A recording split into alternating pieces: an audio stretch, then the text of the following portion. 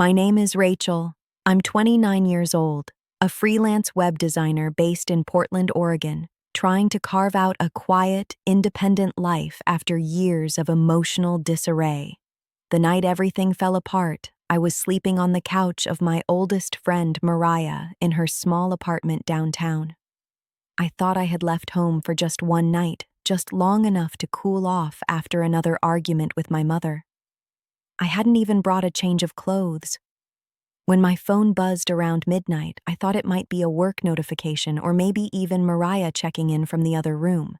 But what I saw on the screen made the breath stop in my chest. A message from my mom. Don't bother coming back. We've moved on. It didn't register at first. I just stared at it, my body locked in a sudden numbing paralysis. The words were so final, so calculated in their cruelty, and so casual. My eyes blurred, my fingers trembled. I read it again and again, as if it would change on the third or fourth try. But it never did. I didn't reply. I couldn't.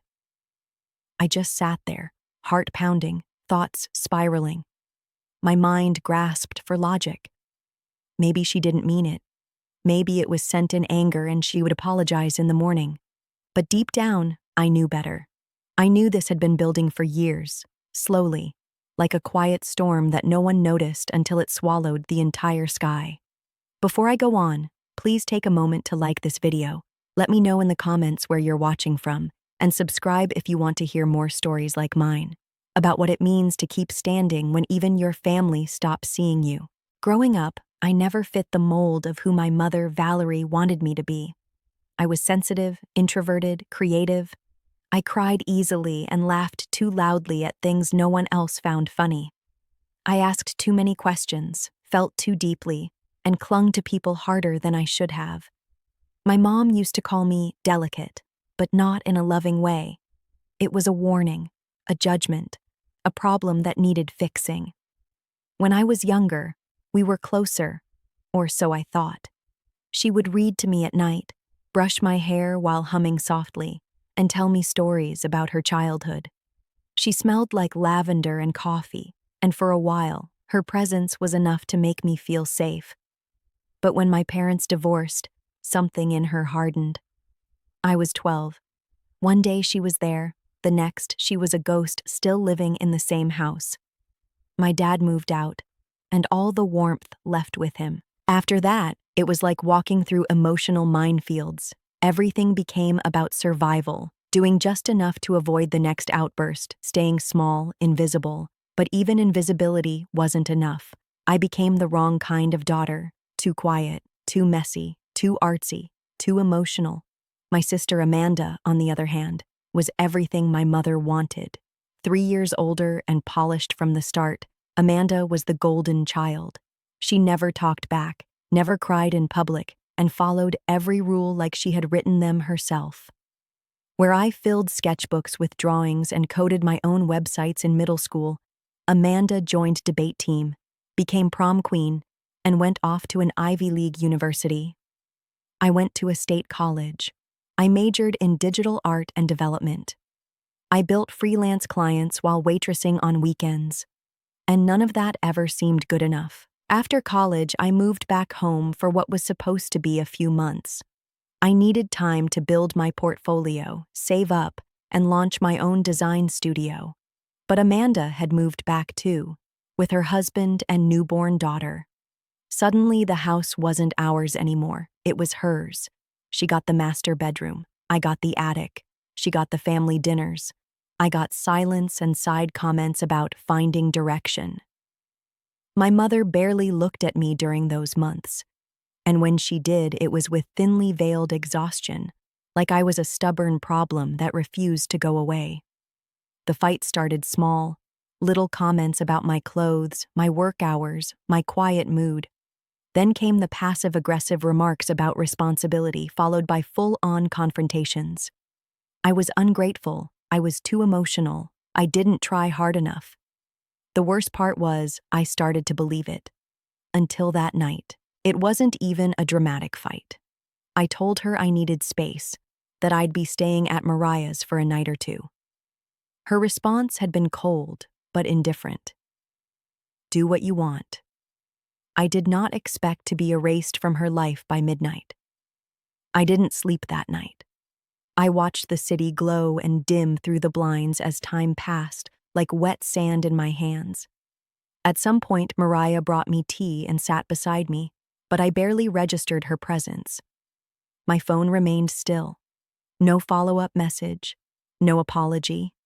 Just that single text that slammed a door I hadn't realized was already closed.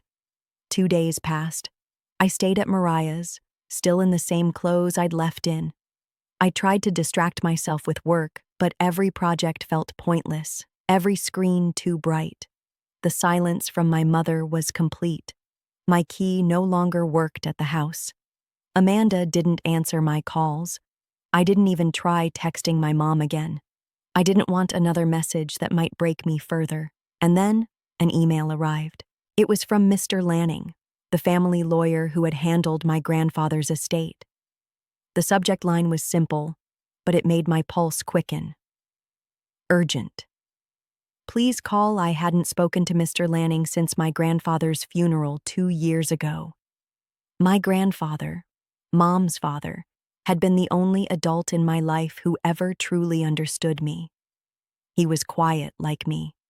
He had been an architect, a lover of music, and a man who kept notebooks filled with sketches and ideas. He was the first person who told me I had talent, not just potential. He saw my solitude as strength, not weakness. I clicked the email open and read it twice before reaching for my phone with trembling hands. Something was wrong. Or maybe something had finally started to go right. I didn't know it then, but that message would become the turning point in a story I hadn't even realized I was living. A story not just about being cast out, but about being chosen. A story about legacy, about truth, and about the quiet power of reclaiming what's yours when the world says you don't deserve it. And this was only the beginning. The day I met with Mr. Lanning, the air was thick with Portland rain, the kind that doesn't fall in sheets but hangs suspended, clinging to your skin like fog. I arrived early, standing under the small awning of his law office in the Pearl District, hugging my coat to my chest. My stomach had been in knots since the moment I opened his email. A part of me hoped it was nothing, just some paperwork error, some old mailing list I'd forgotten to unsubscribe from. But I knew better. My gut knew. My bones knew. This was something else. Inside his office, everything looked the same as it had 2 years ago during the reading of my grandfather's will. Mahogany furniture, framed certificates on the wall, a faint scent of dust and lemon polish. I remembered sitting in that same chair, my hands in my lap, as Amanda and my mother nodded through the proceedings with forced composure. Back then, I had assumed that what I received, just a simple mention and a token sum, was all there had been. A parting gesture from a man I adored. I hadn't questioned it. Maybe I didn't think I had the right to. But now, as Mr. Lanning handed me a manila folder and carefully watched my reaction, I realized just how wrong I had been. Inside the folder was a single letter, dated nearly 4 years ago. The paper was aged, slightly yellow at the edges, with my name written in my grandfather's handwriting across the top. It took me a moment to understand what I was looking at. It wasn't just a letter, it was a clause, a provision, a private one, not part of the general will, not shared with the rest of the family. This was something he had left for me alone, to be revealed only if a specific condition had been met, and that condition had just been fulfilled. According to the trust, a sizable portion of his private estate, assets not connected to my mother or Amanda, was to be released to me in full, but only if I no longer lived in my mother's home. It didn't specify why. It didn't accuse. But the language was clear. Independence was the price of inheritance. At first, I didn't know how to feel. My hands trembled as I held the document, eyes scanning every line again and again. I had been cut out of my family, exiled with a text message, and now, this. It felt surreal, like fate had been quietly writing a backup plan while I was still stumbling through the first one. In that moment, 1,000 memories rushed through me. My grandfather's quiet presence at school plays, his warm eyes across the dinner table, the long afternoons in his garage-turned art studio where he let me tinker with scrap wood and color swatches while he sketched.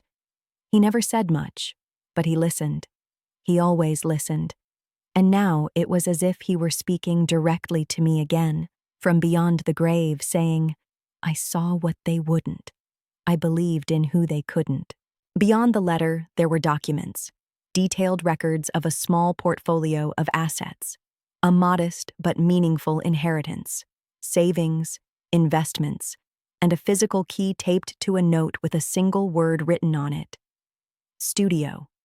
Mr. Lanning explained that the key belonged to a rental property, an old studio apartment tucked away in a quiet part of the city, left untouched since my grandfather's passing. He had kept it private, unknown to most, registered under a trust name. It had been paid off years ago. Quiet, hidden, waiting. It didn't make sense at first. Why would he leave me a studio? Why keep it secret? But then I thought of all the nights I had spent in that attic room at my mother's house, sketching with the door closed, the air thick with judgment and disappointment.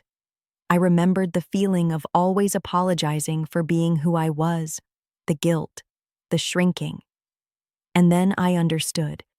The studio wasn't just a space, it was sanctuary. The next day, I took a rideshare out to the address listed on the key tag. The neighborhood was older, full of quiet streets and brick buildings tucked between small art galleries and forgotten bookstores.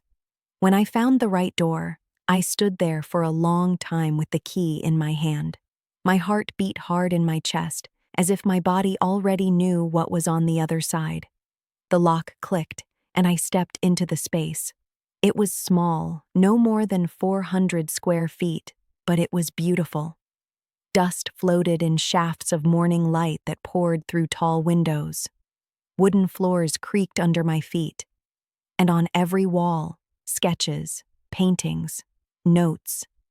My grandfather's work, lined up like a secret archive. A lifetime of creativity preserved in silence. On the desk, beside a half-finished charcoal portrait, was a box labeled with my name. Inside the box were my old drawings, things I hadn't seen in years. A watercolor I made when I was 12, a charcoal figure I had shown him in college, even an old website layout I had coded as a teenager. He had saved them all, and beneath them, a final journal, his thoughts, sketches, reflections from his last year alive.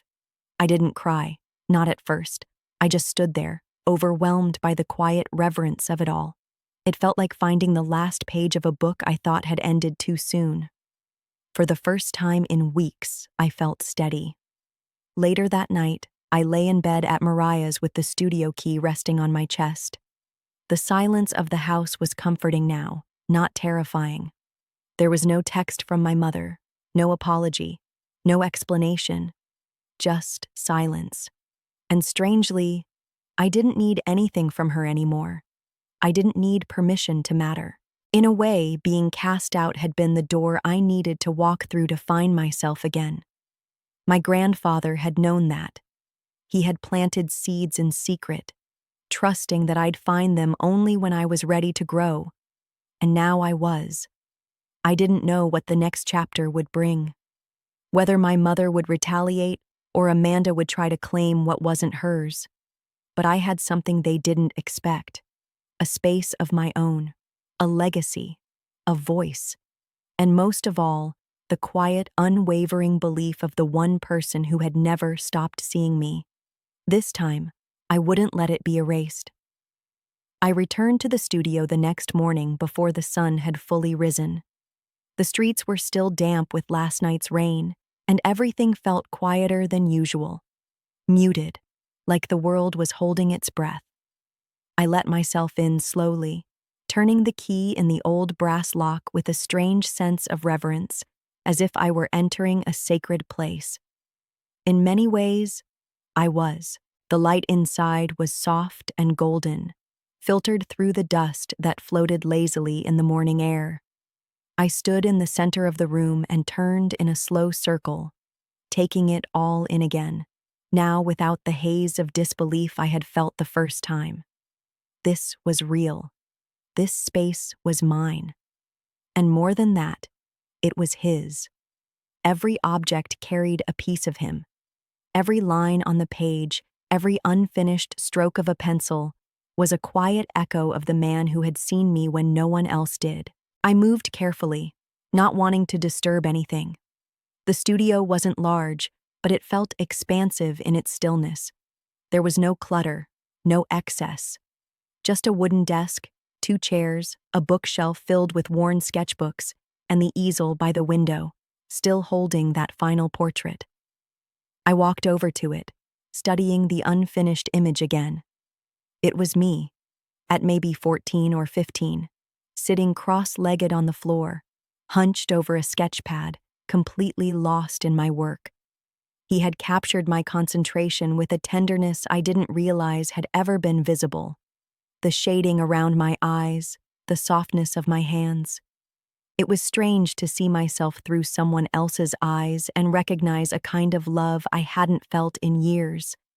Beside the easel was the box he had left for me, the one with my name on it. I hadn't opened it fully the day before. I had only skimmed the contents before the emotion became too much. Now, with a bit more steadiness in my chest, I lifted the lid and looked inside again. There were more drawings. Some I remembered, others I didn't. Old birthday cards I had made him as a child, folded pieces of paper with stick figures and crooked hearts. A few printed pages from websites I had designed during college, annotated with his familiar handwriting. Compliments, observations, encouragement. He had followed my work in silence, even as my mother rolled her eyes and called it playing with pixels. At the bottom of the box was a black notebook, leather-bound, soft around the edges. It felt heavier than it looked. When I opened it, I found pages filled with small, neat handwriting. Not drawings this time. Thoughts, letters, reflections. The first entry was dated nearly 6 months before he died. He had written about my mother, about her coldness, about her sharpness after the divorce. He hadn't been cruel in his observations, but he hadn't spared honesty either. He noted how her laughter had vanished, how she spoke about Amanda with pride, but about me with confusion or irritation. He wondered aloud in ink and margins how to reach me without overstepping, how to protect me without deepening the distance between us all. Entry after entry painted a quiet portrait of a man watching a family slip into imbalance. He wrote about Amanda's entitlement, about the way she had begun treating our grandfather more like a transaction than a person. He questioned decisions, he worried about legacy, and eventually, he began writing directly to me. He wrote about the afternoons we spent together in his garage, how I used to mix his paints and line up brushes by size. He wrote about the time I showed him a wireframe for my first website and how proud he had been, though he hadn't known how to express it in front of my mother. He wrote about the difference between quiet and weakness, how the world often confused the two. And he wrote about the studio. He said he had bought it for himself at first, a quiet place to create outside the noise of his home. But when I started to grow older and more withdrawn, when he noticed the fire in me begin to dim under the weight of disappointment and judgment, he began to think of it differently. It became a contingency plan, a safe house, a place he could leave behind for me, just in case. He hadn't told anyone, not my mother, not Amanda, only Mr. Lanning, whom he trusted. And when he fell ill, he made sure the clause was written into his trust with legal clarity. If I ever found myself without a place to go, without a family to land in, the studio would be waiting. It was his way of giving me a home, even if he wasn't around to open the door. I sat on the floor for hours, notebook in my lap, the sound of the city slowly waking around me. There were tears, but they came slowly, softly. There was no anguish in them, just release, gratitude. I had spent so long questioning my worth, searching for something to hold on to, that I never imagined it had been waiting for me all along in a locked room filled with light and quiet proof of love. That afternoon, I brought in my laptop and a folding chair. I didn't need much, just a place to begin again. I scanned some of my grandfather's sketches, backed up the journal pages, and placed everything carefully in labeled folders. I knew there might be a fight ahead, legal, emotional, or both. But for the first time in years, I didn't feel small. I didn't feel disposable. I felt chosen. And that feeling, quiet and unwavering, would become my foundation. In the days that followed, I found myself visiting the studio daily. It became more than a safe space. It became an anchor. Each morning, I unlocked the same worn door, stepped into the same gentle light, and breathed in the stillness like medicine. Outside, the world moved as it always had. Emails, invoices, deadlines. But inside, everything felt suspended in time. And yet, something inside me had started to shift. I had spent years trying to make myself smaller, quieter, easier to love. I had learned to apologize before speaking, to take up less space, to smile through discomfort. It had worked well enough to avoid conflict, but never well enough to earn peace, especially not with Amanda. There had always been a quiet rivalry between us, though I think I was the only one who felt it. To Amanda, there had never been any competition. She had already won before the race began. From the time we were children, she had been the achiever, the admired one. My mother had molded her like clay, refined, flawless, controlled, and Amanda had accepted the shaping willingly. She became exactly what was expected, the daughter who did everything right, who brought pride instead of questions, who smiled politely and never made emotional messes. I had tried to be her once. I had mimicked her calm tone, her calculated steps, her precise handwriting, but it always cracked. The truth would bleed through in tears or in art, or in the way my body recoiled from forced composure. I was never meant to be polished. I was meant to be real. And that, I learned early, was dangerous in a house that demanded performance. After unlocking the studio one morning, I found myself unable to sit still. I pulled out my laptop and began combing through digital archives.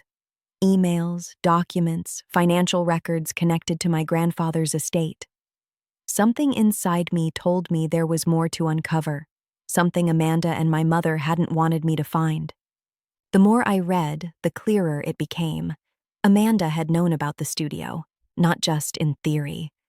There were forwarded emails between her and our mother dated just months after our grandfather's death, subject lines referencing the trust, mentions of Rachel's clause, and worst of all, a final message with a subject line I couldn't unsee.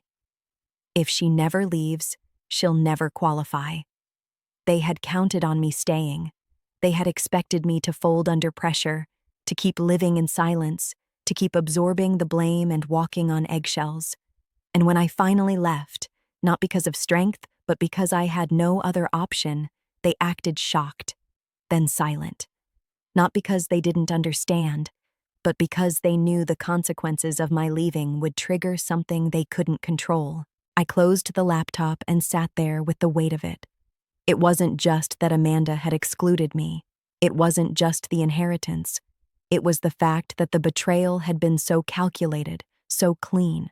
There was no confrontation, no explosion, just quiet manipulation, sealed off by legal boundaries and maternal silence. I thought about how many times I had second-guessed myself, wondering if I had overreacted, if I had imagined the imbalance, if I was too sensitive or too needy. But now, with digital receipts staring back at me, I realized the problem had never been in my emotions. It had been in their indifference. What I felt now wasn't rage. It was something colder, something quieter. It was clarity, the kind that doesn't scream, but whispers truths you can't unhear. I printed everything, labeled the folder, filed it beside my grandfather's journal. I didn't know what I would do with it yet, but I knew I needed to have it. Not just for legal reasons, for myself, for proof, for the days when the gaslighting in my own mind might try to return. Later that night, I walked through the city, trying to clear my thoughts. Neon signs reflected off wet pavement. Strangers passed in coats and umbrellas, carrying groceries and phone calls and the weight of their own unseen stories. I felt invisible in the best way, no longer watched, no longer judged, just existing. Amanda would never admit what she had done. Neither would my mother. They would continue their version of the story, where I was the difficult one, the sensitive one, the unstable artist who never quite fit. But I no longer needed to correct their version. I had found my own, and that was enough. For now, the studio became my world. Each morning, I unlocked the door as though I were returning to a place of worship. It didn't matter what was happening beyond those walls, whether I had work or bills to pay or unanswered questions still festering inside me. What mattered was the silence, the light, the echo of someone who had once seen me so clearly that he built an entire hidden life to shelter what he knew would one day be broken. My grandfather's journal had become my scripture. I read a few pages each day. I didn't rush through it. I couldn't. The words weren't just words. They were fragments of someone I missed more than I had allowed myself to admit. Each sentence felt like a brushstroke of memory, and some entries were so full of quiet wisdom and soft grief that I would have to close the journal and sit still for several minutes just to let the emotion pass through me. He had written about my mother in ways I hadn't expected, not with bitterness or resentment, but with aching clarity. He described her as a woman who had learned to armor herself with control, who had confused order with love. He reflected on how her grief had calcified into something rigid after my father left, how she had turned her pain into rules, expectations, sharp corners. He had loved her still, his daughter, but there was a quiet sorrow in his tone, the kind that comes when someone you once knew disappears inside themselves. But the entries about me, those were the ones that undid me. He had noticed everything, every small way I had changed, every time I had withdrawn a little more, spoken a little less, walked a little lighter in hopes of not being noticed. He had seen how I carried the silence like a second skin, how my eyes had shifted from bright to careful. He described a memory of me at age 15, sitting in the backyard with my sketchpad on my knees, barefoot in the grass, the summer sun catching strands of my hair. He wrote that I looked like someone who was trying to become invisible without leaving the room. I couldn't breathe after I read that. There had been so many moments, so many years, where I had wondered if I was the problem, if I was too dramatic, too sensitive, too odd. But in his words, I wasn't broken. I wasn't difficult. I was simply unprotected in a world that didn't know how to love someone who felt everything all the way to the bone. The deeper I went into the journal, the more I began to realize that my grandfather hadn't just built this space for me. He had built it with intention, with a deep understanding of what I might need long after he was gone. There were entries where he talked about his plans, how he had saved money quietly, how he had rerouted assets into a private trust so that my mother wouldn't control everything, how he had arranged for Mr. Lanning to deliver the message only under very specific conditions. He hadn't just left me money. He had left me safety, legacy. a space where I could rediscover the pieces of myself that had been slowly dismantled under years of subtle rejection. And with that safety came a kind of clarity I hadn't felt in years. For the first time since my mother's message, I began to feel a sense of steadiness. It didn't erase the betrayal, it didn't silence the grief, but it gave me a place to put those emotions. I no longer had to carry them unanchored, pretending they didn't exist or folding them into excuses for other people's behavior. I could finally hold them in my hands, name them, and set them down. Some nights I stayed late in the studio, surrounded by his sketches and mine. I began to paint again, not for clients or deadlines, but for myself. At first, the images were dark, full of jagged lines and unspoken sorrow. But eventually, light began to return to the canvas. Color found its way back in. There were still shadows, but they no longer swallowed everything whole. I painted the studio once, just as it was. Warm, imperfect, open. I think it was the first time I saw it as home. Outside, the world remained unchanged. Amanda still posted photos of curated family dinners. My mother's silence continued like a low hum in the background of everything. But inside that studio, the noise faded. I was learning how to breathe again. There was one entry near the end of the journal that stayed with me more than any other. He had written it just 2 weeks before he passed. His handwriting was shakier, the lines more compressed, as if he had been racing against time. In it, he talked about regret. Not for the life he lived, but for the things he hadn't said enough. He wrote about love, not the performative kind, but the quiet kind that shows up when no one is looking. The kind that builds a studio in secret. That saves sketches in a box.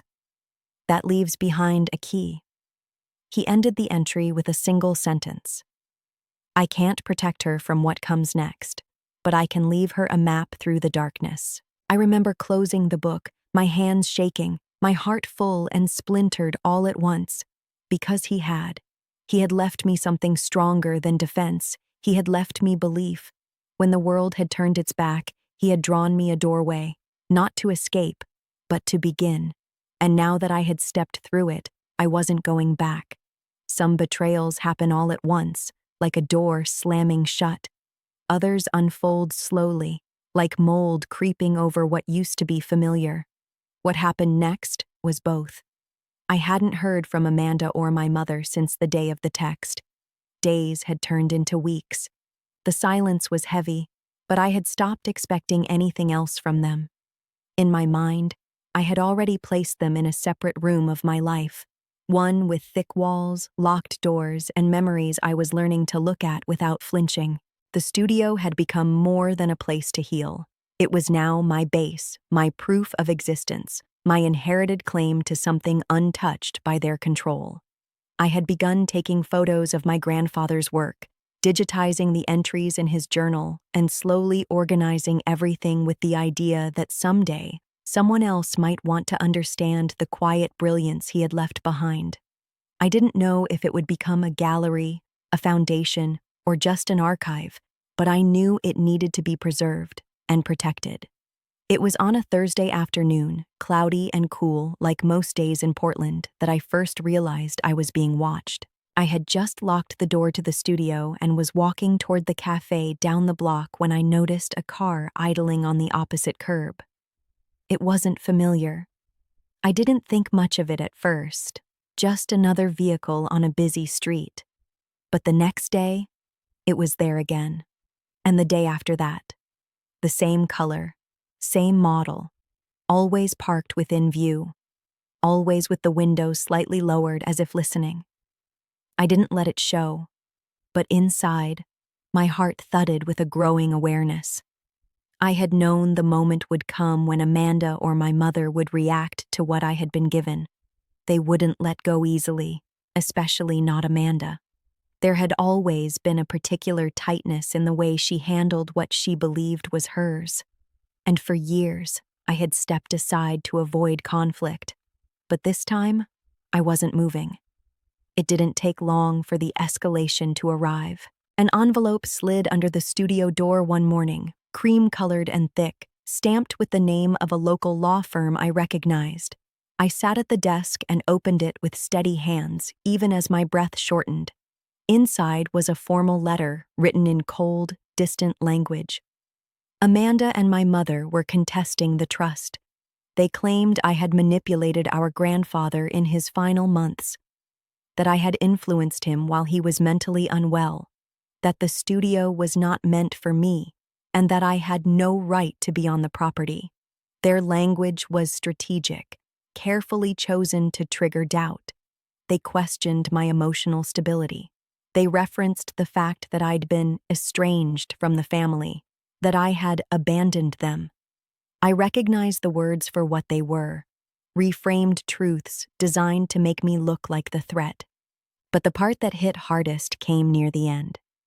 A single sentence implying that, given my fragile emotional disposition, I might not be mentally fit to manage what had been left to me. That line stayed in my head for days.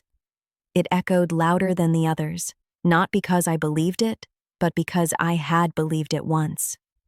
For years, I had carried the weight of those words before they were ever spoken out loud. Too sensitive, too dramatic, too difficult. This letter simply gave form to the ghosts I had been fighting since childhood. I handed the envelope to Mr. Lanning the next day. He wasn't surprised. He had warned me that this might happen, that the silence wouldn't last.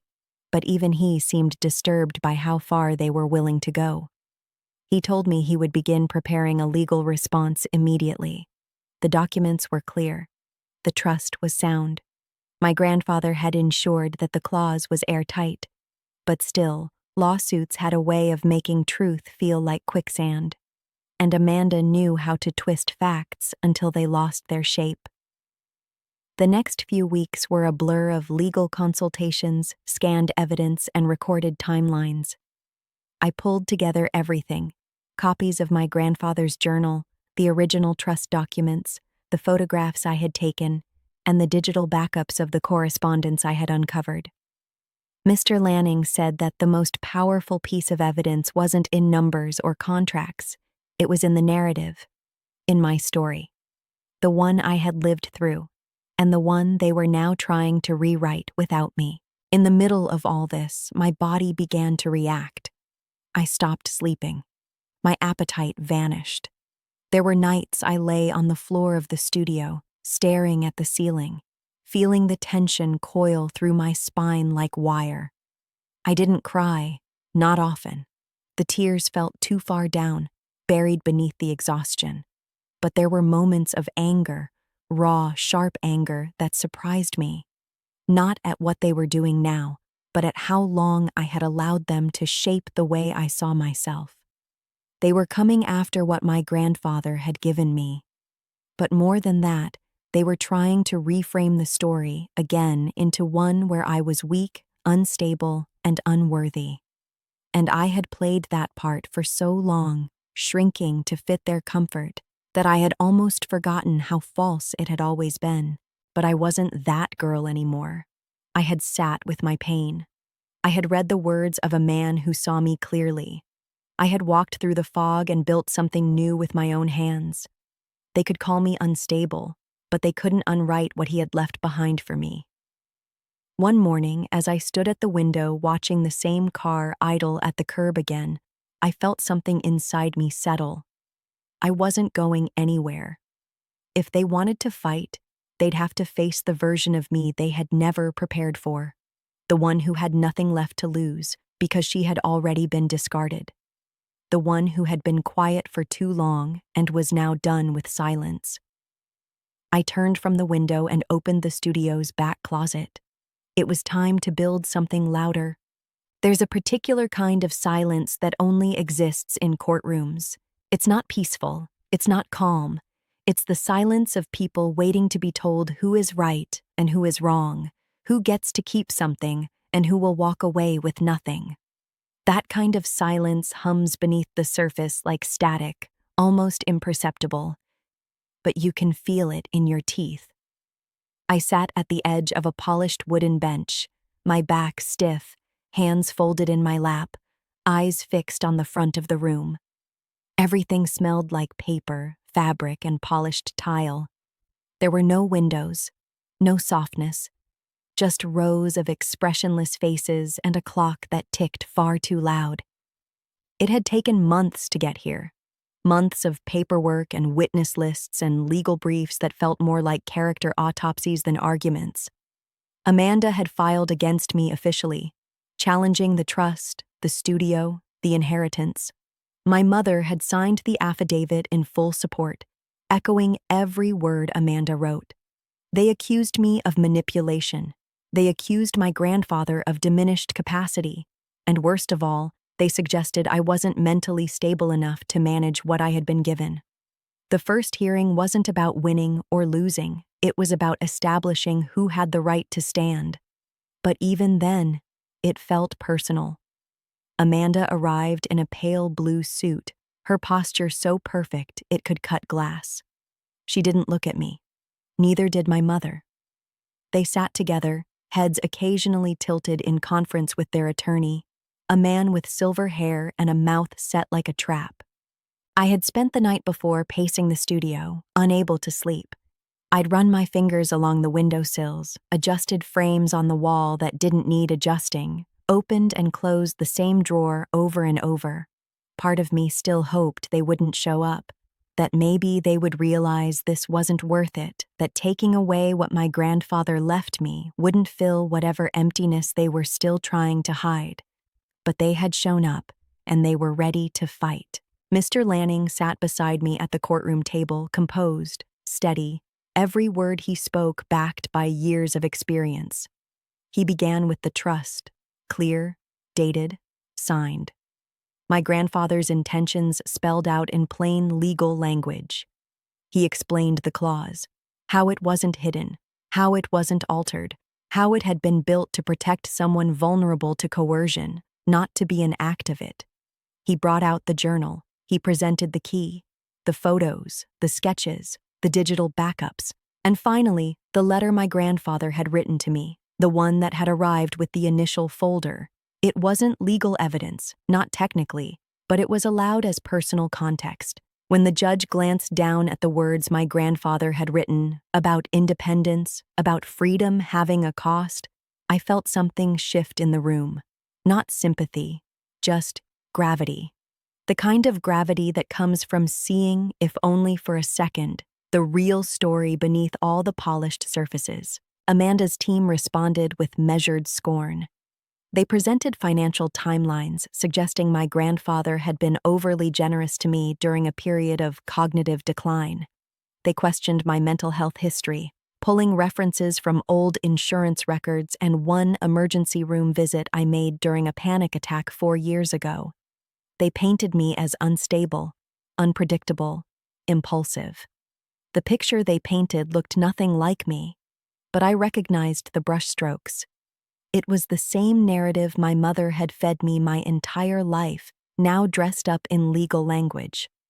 When they showed a photo of me taken from social media, hair a mess, paint on my hands, sitting cross-legged in the studio, I almost laughed. That was their evidence? That I looked like an artist? But beneath the instinct to laugh was something harder, something heavier. Rage. Not the explosive kind, but the cold, quiet kind that settles into your chest and sharpens your spine. They had reduced me to a character they could discredit, and they had no idea I had already lived through worse. The judge didn't make a ruling that day. These things take time. But before we left, she granted a preliminary order. The studio would remain in my possession until the case was fully resolved. That alone felt like a victory. A small one, but real. When Amanda's eyes finally met mine across the room, I didn't flinch. I didn't look away. I simply held her gaze until she was the one who blinked. The days that followed were brutal. I had to submit documentation I never thought I'd have to share. Therapy records, personal journals, financial statements. Every part of my life was dissected, examined, spun into something else. Strangers debated whether I was capable of maintaining the gift my grandfather had left behind. People who had never met me spoke with authority about my worth. And through it all, I kept walking back to the studio. It was the only place I didn't feel like I was being watched from all sides. I started locking the door behind me, even when I was inside. I began backing up all files twice, once to the cloud, once to a hard drive I kept hidden. I stopped checking Amanda's social media. I stopped reading emails from distant relatives who suddenly had opinions. And I stopped apologizing, even in my head, for the person I had always been. Because now I could see it clearly. They weren't trying to protect anything. They were trying to erase something, me. They couldn't stand that he had chosen me. Not Amanda, not the image, not the curated version of family they had built. Me, the quiet one, the messy one, the one who cried too easily and loved too hard and painted things no one understood. The one they had pushed to the edges until I disappeared entirely. But I hadn't disappeared. I had become sharper, stronger. I had taken the thing they left me with, absence, and turned it into something that could not be ignored. By the end of the week, the initial hearing made local news. A small article appeared in an online paper describing the inheritance dispute, the private studio, the allegations. It wasn't salacious, just factual. But it changed something. A woman emailed me the next morning. She had known my grandfather through an architecture lecture series. She told me he had spoken often about a granddaughter who reminded him of himself. She said he had once told her, "The world will call her too much, but really, she's exactly enough." I didn't respond. I didn't need to.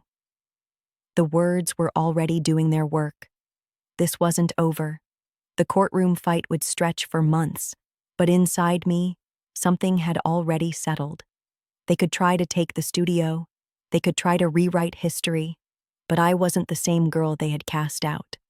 This time, I had roots, and they were deep. The courtroom was quiet again, but this time, the silence didn't feel like a threat. It felt like a breath being held, not mine, not Amanda's, but something larger, like the space itself was waiting to see what would happen next. We were weeks into the legal process now. The hearings had become routine. I dressed in the same 3 outfits, always neutral, always clean. I walked the same block to the courthouse. I sat at the same table beside Mr. Lanning, who had become less of a lawyer and more of a steady hand I didn't know I needed until this fight began. His tone never wavered. His presence never faltered. He didn't act surprised when things got ugly. He only responded with more truth. Amanda's team kept pressing. They called character witnesses, old family friends who hadn't spoken to me in years, distant cousins, a former teacher, people who remembered me through the lens of someone else's story, people who described me as withdrawn, overly emotional, hard to understand.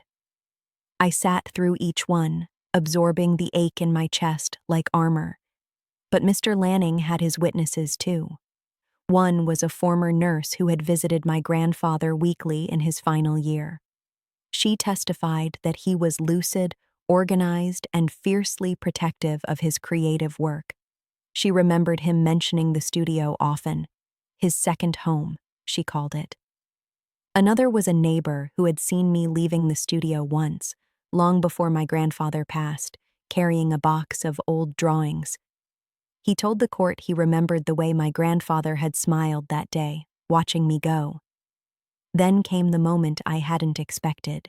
A local nonprofit that hosted art scholarships for underrepresented youth submitted a formal letter to the court. Apparently, my grandfather had been a quiet donor for years. In the final donation he made before his death, he requested that the funds be made in memory of my granddaughter Rachel, an artist, a survivor, and the soul of our family. That sentence was read out loud in the courtroom. I didn't cry. I didn't even blink. I just sat there, heart pounding, spine straight, feeling every part of me tighten around that phrase like it was a shield. Amanda's face didn't change. My mother remained still beside her. They had come into this process confident that truth was theirs to shape, that if they spoke loudly enough, often enough, people would believe them. But what they hadn't accounted for was the part of truth that echoes. It started small. A message from a former co-worker of Amanda's. She wrote to me privately, saying she had witnessed the way Amanda spoke about me years ago, coldly, dismissively, like I was some kind of family burden. Then came another, a classmate from high school. Then someone who used to live in our neighborhood. Bit by bit, messages arrived. Strangers to me, but not to them. People who had heard the little comments, seen the quiet favoritism, felt the edge of my mother's disapproval when she thought no one was watching. None of these people could testify. Their stories weren't part of the official record, but they were mine. They were proof that I hadn't imagined it, that I hadn't been overreacting all those years, that the silence I grew up in was real and noticed. One evening, I received an anonymous letter at the studio. It was typed, no return address, postmarked from somewhere outside the city. It was brief, just a few sentences, but what it said shook me more than any legal document had. It said that Amanda had known about the clause in the trust since before my grandfather's death, that she and my mother had tried to convince him to revise it, to replace it with a more balanced arrangement that gave her equal ownership of the studio. That when he refused, they began distancing me further, subtly but intentionally, hoping I would never trigger the clause at all. I didn't know if the letter was real. I didn't know who sent it, but something in my gut told me it was true. It explained so much: the increasing coldness, the manipulation, the way I had felt pushed to the edge of the family until I had no choice but to leave. And leaving had activated everything. The betrayal no longer felt like a wound. It felt like a blueprint. Every step they had taken had led me exactly here. Not to break me, but to expose the truth they had tried so hard to bury. Mr. Lanning submitted a motion to investigate the timeline of Amanda's access to the estate documents. It was a long shot, but the court approved it. Within a week, we had records showing that Amanda had logged into the trust's secure archive using my mother's credentials nearly 6 months before our grandfather passed. Unauthorized, undocumented, a breach. It wasn't enough to end the case, but it was enough to shift the weight. Suddenly, they weren't the victims of a fraudulent will. They were individuals who had quietly accessed and possibly tampered with documents meant to be confidential. The judge ordered a deeper audit. I watched the color drain from Amanda's face that morning. I saw my mother's eyes finally meet mine for the first time since this all began. And for the first time in my life, I didn't look away. I didn't need their approval. I didn't need their love. I had something more permanent. I had the truth, and it had begun to echo in places they couldn't silence anymore. The studio, once my sanctuary, was now my fortress. Each evening, I would return to it, place my hand on the desk, and remember who had left it for me. Not to fight, but to stand. And now, finally, I was. There's a moment after the storm passes when the world feels unfamiliar.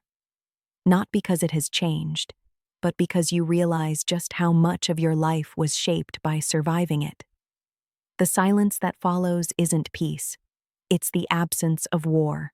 And when you've lived in battle long enough, even calm can feel like a threat.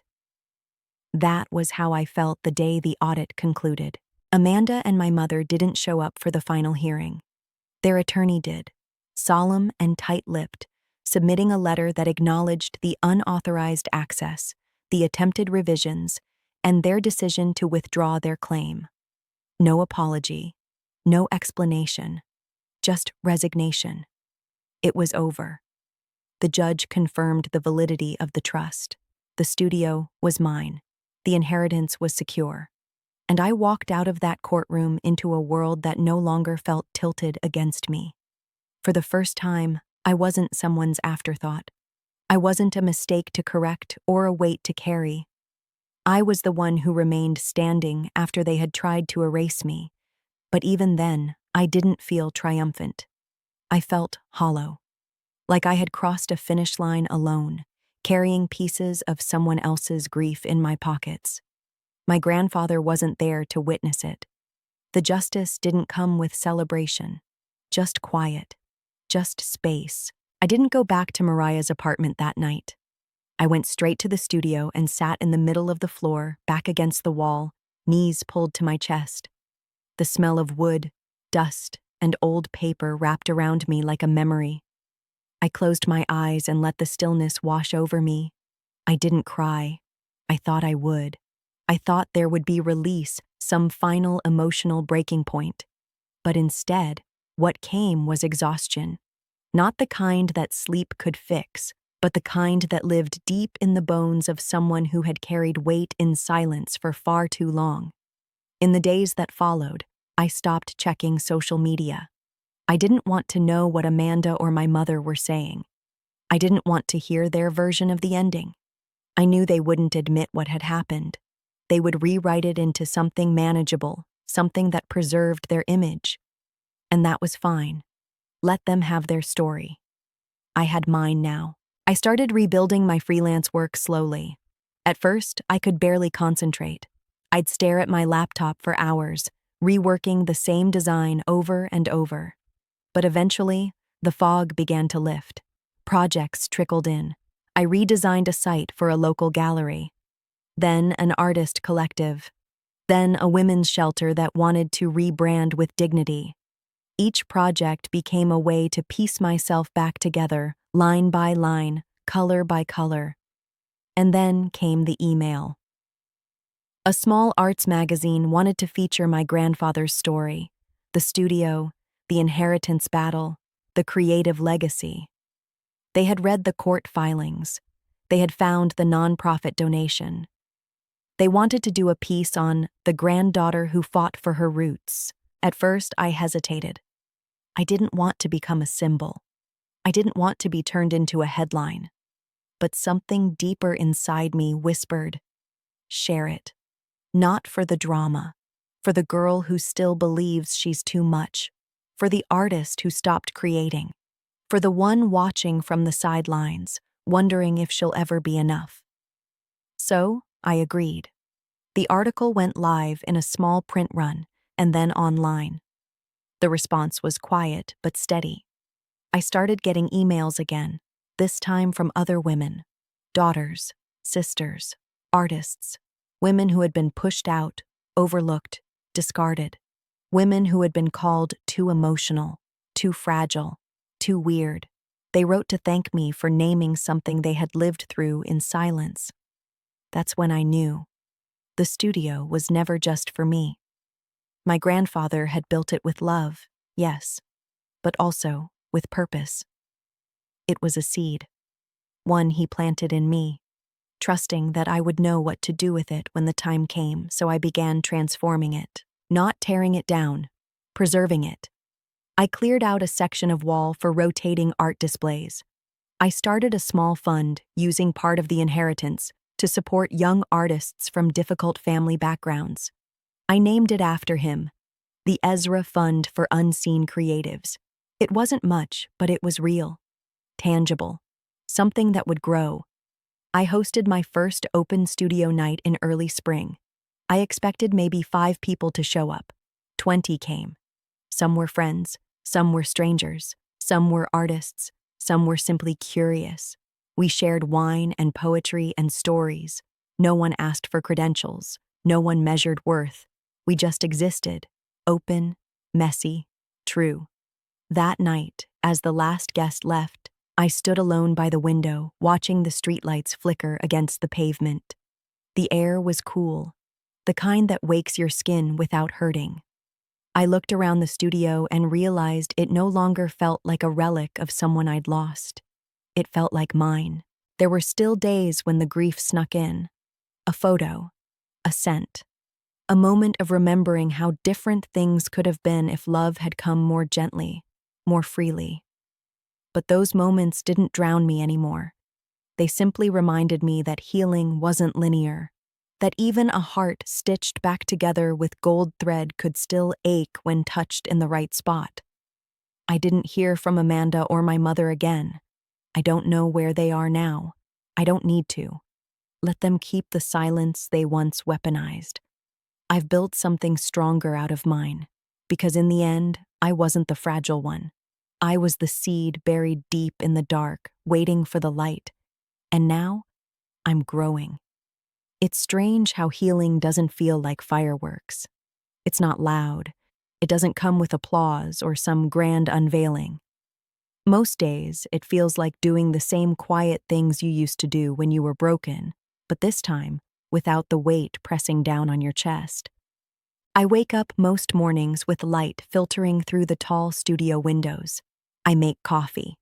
I sit by the desk where my grandfather once worked, and I listen to the creak of the floor beneath my bare feet. Sometimes I light a candle. Sometimes I just stand in the stillness and let myself be alive without needing to perform. The studio no longer smells like memory.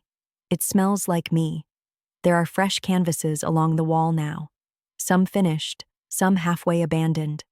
The shelves are fuller, with books that comfort me and prints from local artists I've started mentoring.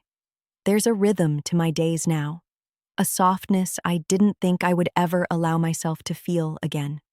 I've learned that survival is loud, but peace is quiet. The Ezra Fund has grown in ways I didn't expect. It started as a tribute, but now it's a lifeline. Every month I meet with artists who remind me of myself. Young, unsure, gifted, invisible. I sit with them in this space, and I listen the way my grandfather once listened to me. No judgment, no corrections, just presence. And I tell them what I once needed to hear. You're not too much. You're exactly right. I think of him often, not with grief anymore, but with gratitude. There are parts of this studio that still whisper his name, the way the sun lands just right on the floorboards around 3 p.m. The faint trace of his cologne embedded in the corner armchair, but mostly it's in the silence. He left me with the kind of silence that doesn't crush, but holds, a silence that protects. Sometimes, I wonder if he knew just how much his decision would shift the course of my life. If he knew that one locked door, one hidden trust, one journal full of faith would be the reason I found myself again. I think he did. I think he saw further than any of us. My mother never reached out. Not after the case was dismissed. Not when the article came out. Not even when her silence became the last standing wall between us. And you know what? I've stopped needing her to.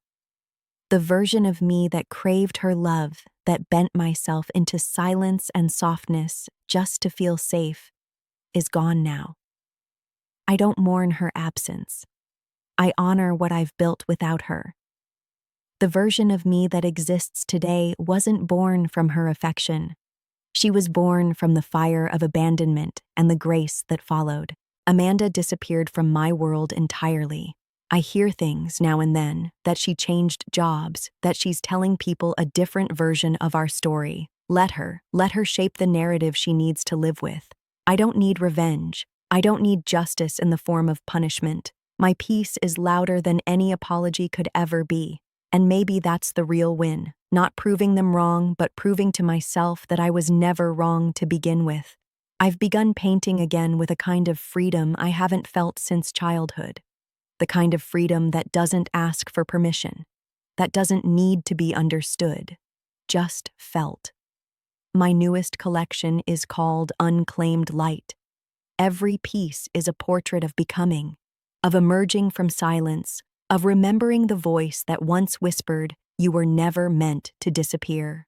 Last week, I hung one of my grandfather's pieces next to one of mine.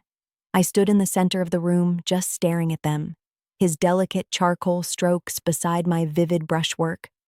Different styles, different souls, but the same truth running through both. Creation is its own kind of survival. It's how we say, I was here, even when the world tries to silence us. And now, here I am. I'm not the girl who begged to be loved. I'm not the woman who waited for permission. I'm the artist who stayed, the survivor who built something out of what was almost taken. And I know I'm not alone. So if you're still here, still listening, still reading, this is for you. You are not too much. You are not invisible. You are not unworthy. You are the proof that silence can become strength, that pain can become purpose, that being cast out isn't the end. It's the beginning of becoming who you were always meant to be. My name is Rachel. I was erased from my own home by the people who were supposed to protect me. But I built another one, with paint, with truth, with memory. And now it holds others too. If this story resonated with you, please like and subscribe to support this channel and share it with someone who might need to hear it. And if you've made it this far, leave a comment below that says, Amen. May you be safe, may you be seen, and may you always be blessed.